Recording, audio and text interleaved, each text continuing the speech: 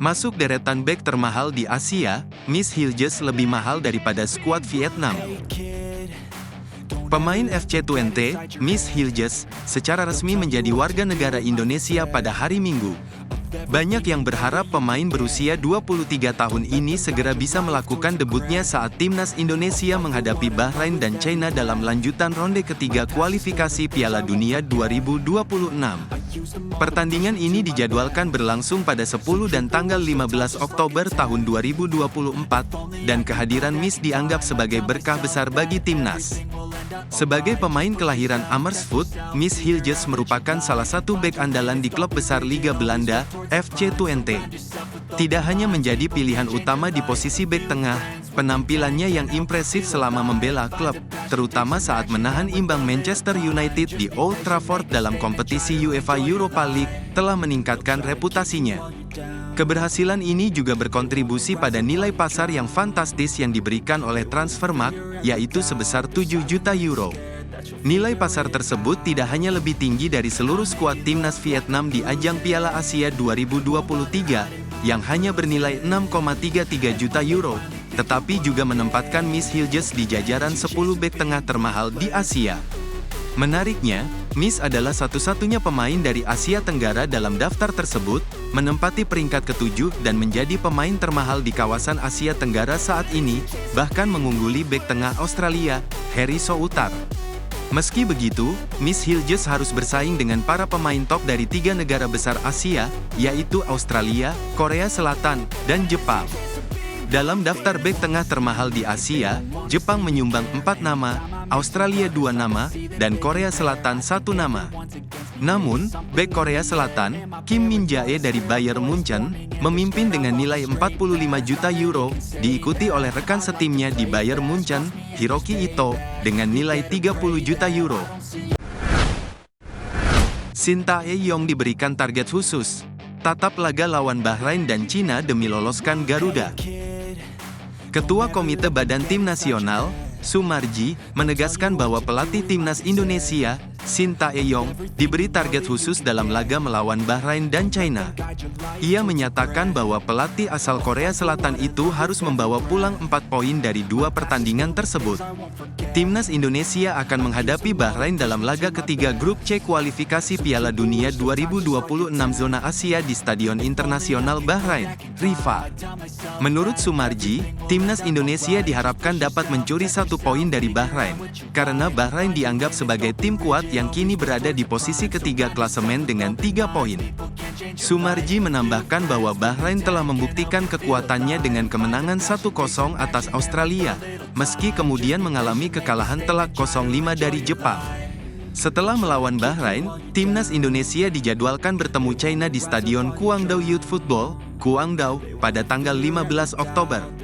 Di laga melawan China, Sumarji menekankan bahwa Indonesia wajib meraih 3 poin, mengingat posisi China yang berada di dasar klasemen setelah 2 kekalahan, yakni 0-7 dari Jepang dan 1-2 dari Arab Saudi. Ia optimistis bahwa ada peluang besar bagi Indonesia untuk meraih poin penuh dari pertandingan tersebut.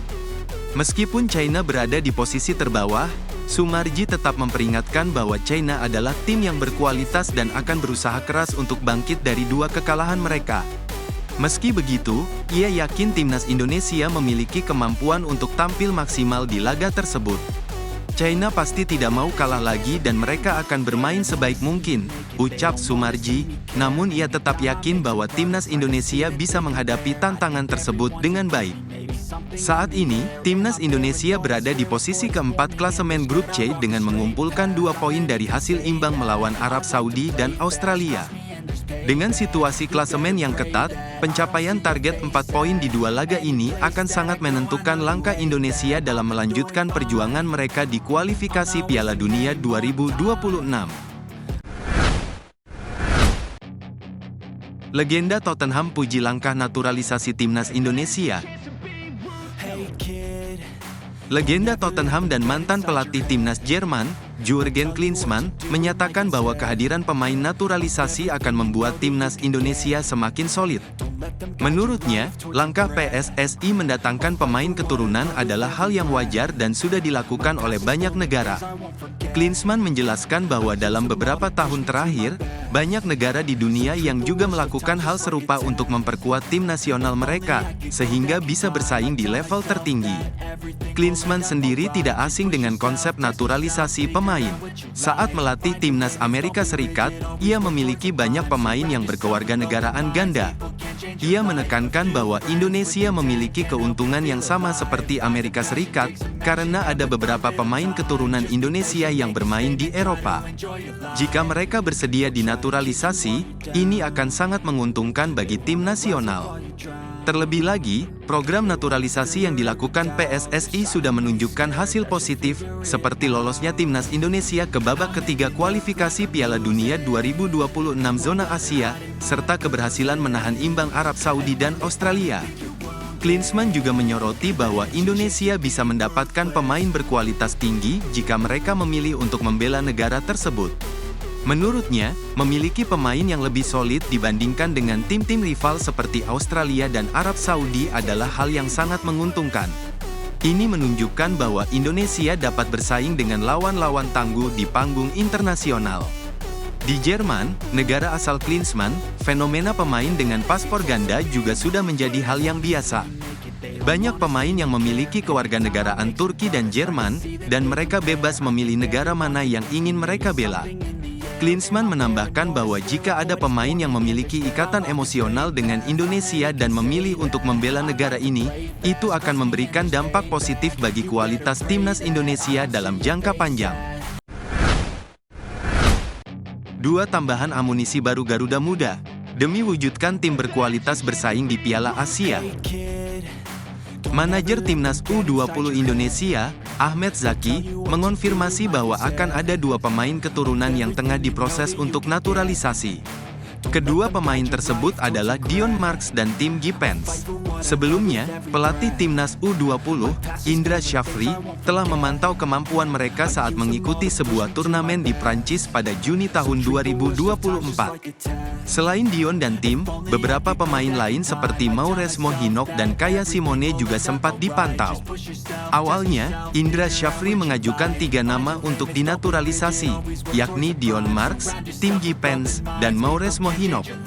Namun, proses naturalisasi Mauresmo menemui kendala karena garis keturunan Indonesianya berasal dari orang tua kakek dan neneknya, yang menyebabkan masalah administrasi.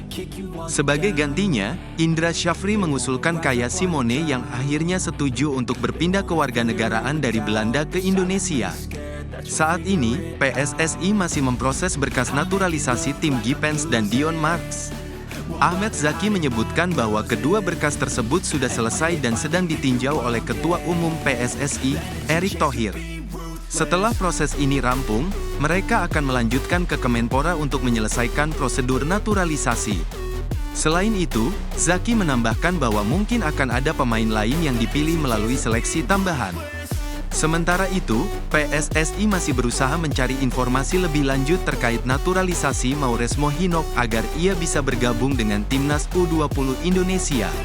Ahmed Zaki menekankan bahwa tim asuhan Indra Syafri membutuhkan pemain berkualitas untuk menghadapi Piala Asia U20 2025 yang akan digelar di China pada Februari mendatang.